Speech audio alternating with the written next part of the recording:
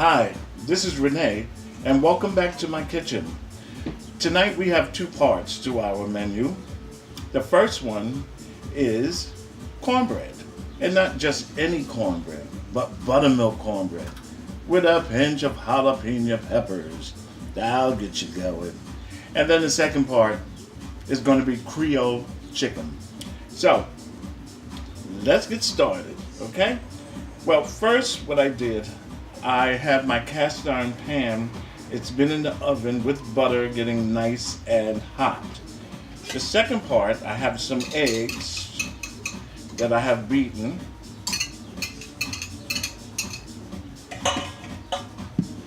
And I'm going to add the buttermilk here.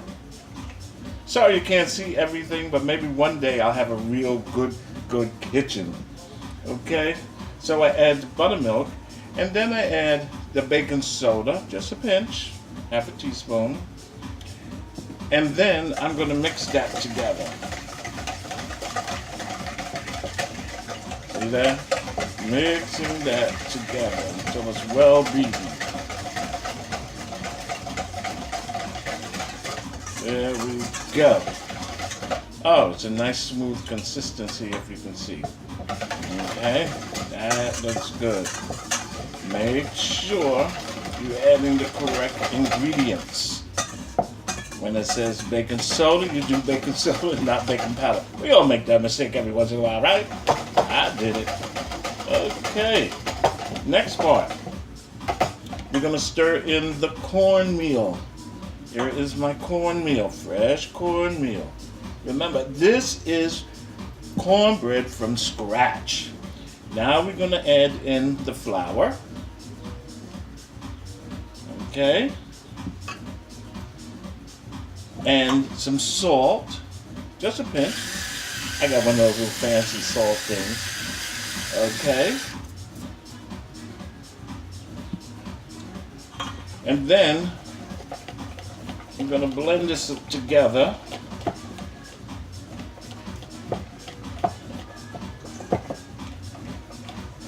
There we go, look at that, okay?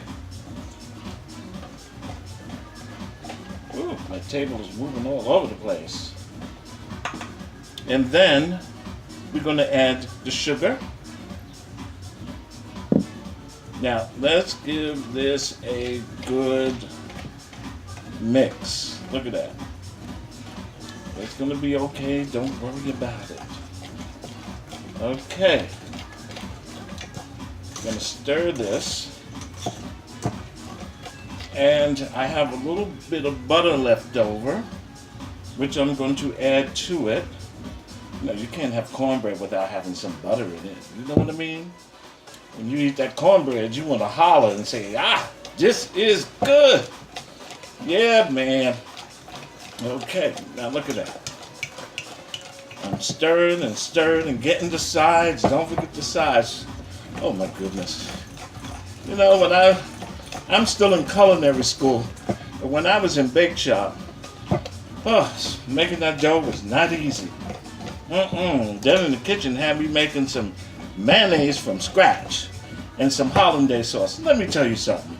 My arm was so tired, I didn't know what to do with myself. I came home and hit that bed.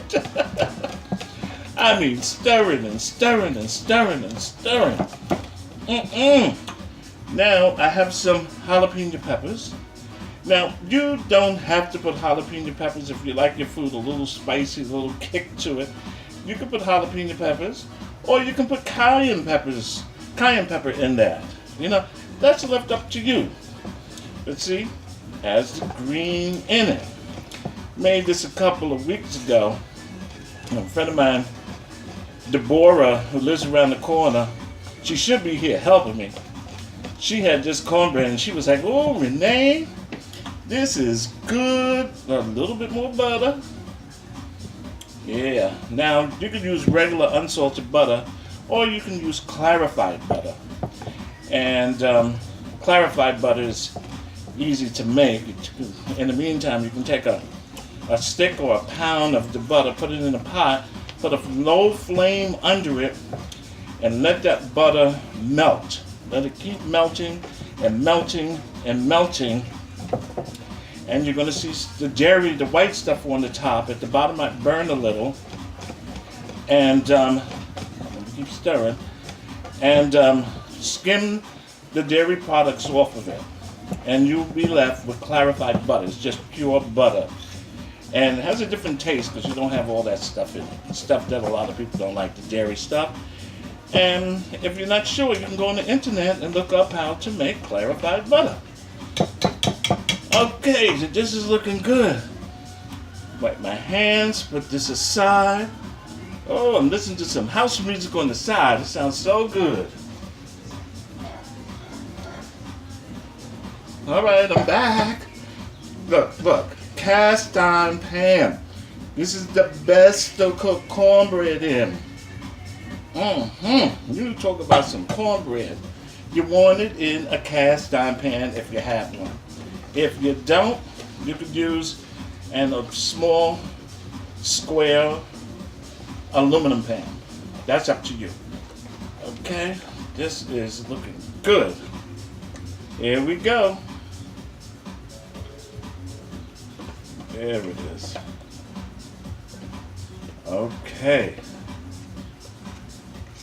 See, I should have been my mise en place. I needed my spatula.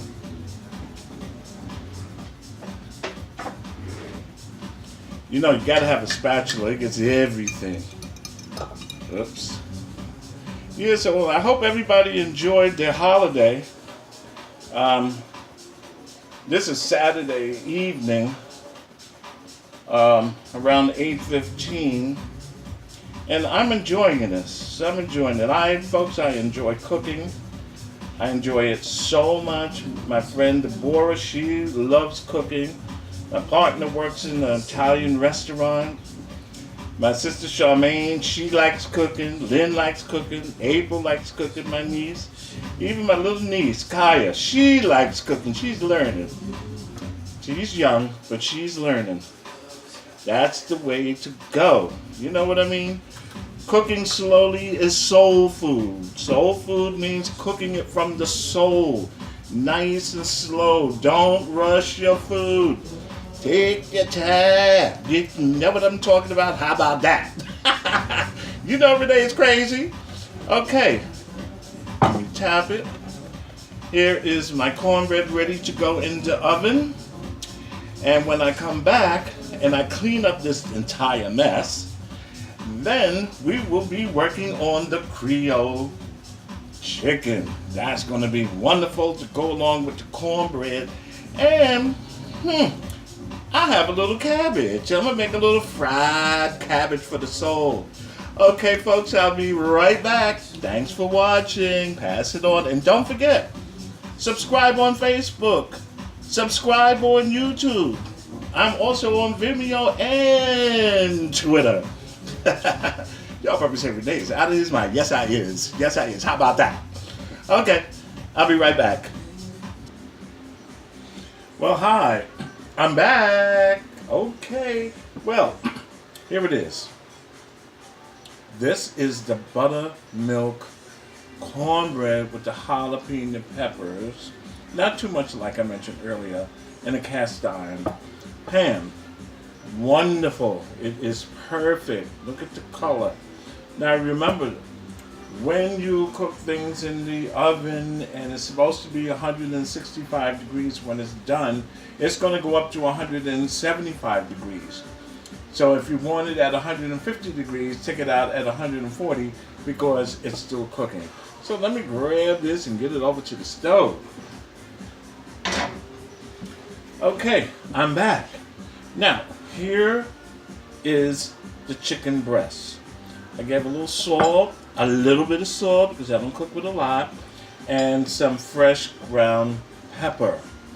Okay, so the next part I want to do is add the ingredients. What I did in a skillet, I added a little oil, added garlic, onion, celery, bell pepper, and I cooked that until it was tender about for 4 minutes or so.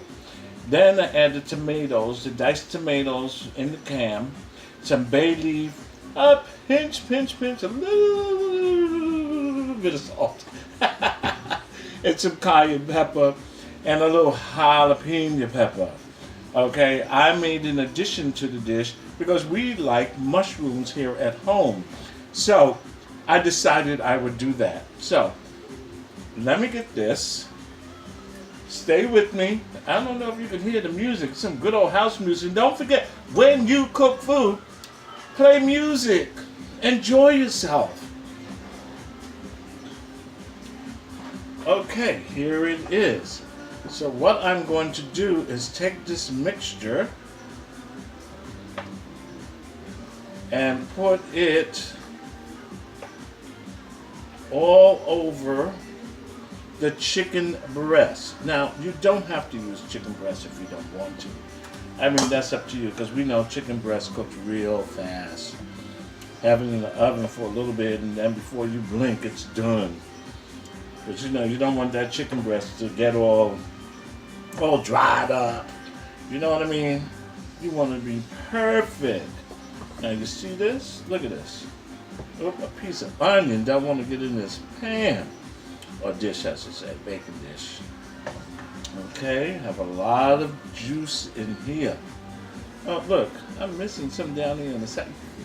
Get over there. Get over there. You know what I'm talking about. Don't let me find out you don't want to be cooked.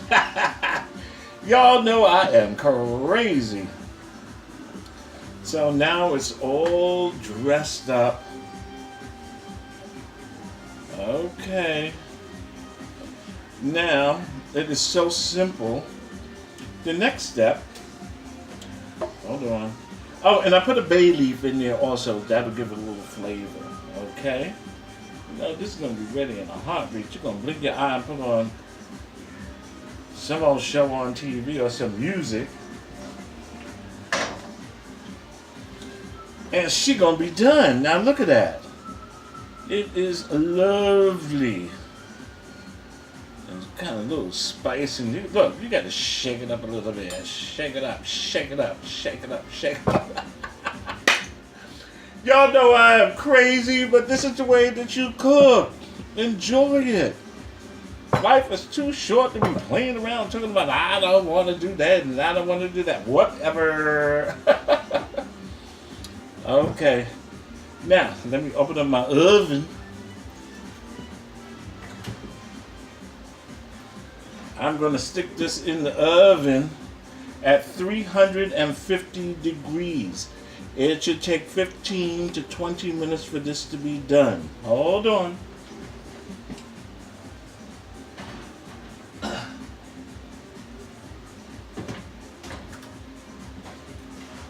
And shabam! And that is it. The next part, I'm going to do some fried cabbage. I put a little head of Savoy cabbage, which is really, really good. And I'm going to do that, I think. Maybe. Okay, I will. Thanks, folks. See you in a minute. Bye. Okay. Well, we are at the last part of dinner for this Saturday evening, and I hope everybody has been enjoying it. The buttermilk cornbread with the jalapeno peppers is already done, you know what I mean? And I put the Creole chicken, she is in the oven. And right now, I want to do some cabbage. This is not the regular cabbage, this is the Savoy cabbage, which I like better than the regular. Let me turn this pan down. Which I like much better than the regular cabbage. So, what I'm going to do, you know, you have this little piece down here. We could smack this and say boom, but then my camera's going to jump all over the place. So, what I'm going to do is just cut it in half. I did sharpen my knife before I started all of this. Remember, sharpen your knife so it's not dull. Okay, so I already took off the pieces, the outer pieces. So now I just have this one little piece of cabbage. And what I'm going to do, I'm going to cut it the same way if I was to cut an onion, as you know, cut it like this, and then cut it to the side, and hold your hands and cut. There you go. One slice you should be able to do it. Sorry I don't have a big old studio kitchen like all the cooking shows do. But maybe one day somebody will pick me up. However, see, I'm cutting this cabbage up into small pieces. Okay? Then, what you should have is a bench scraper. You don't have to have it. You can pick it up with your hands, but I'm so used to it. Take this, and shabam, it's in there. Take the other piece of cabbage, the other half. I'm gonna cut this end off. You see, that knife is sharp. Watch out! Y'all know I'm crazy. I love you. Okay, so here we go. I'm gonna cut this. I'm gonna cut this piece. I'm gonna cut this. And I've cut that. So I have little pieces left. I don't like too much to get the white part because it takes a little bit longer to cook. Now, in general, some people, they take the cabbage and they boil it down. Oops, get that little, you know, every little drop counts. You know what I mean. But what I like to do is to put it, I'm back, in a hot pan, and cabbage itself has a lot of water in it, so it's going to come out. And then personally, I like to add some fresh garlic. Garlic powder is okay if you prefer that, but I don't like garlic powder. I want the fresh garlic. And as you know, I think I told you before, you can take your garlic, the whole bulb, and put it in aluminum foil and put it in the oven for about 20 minutes or a half an hour, depending on the size, and it will become to a paste. So I am going to take this cabbage, which is looking lovely, and throw it into my pan.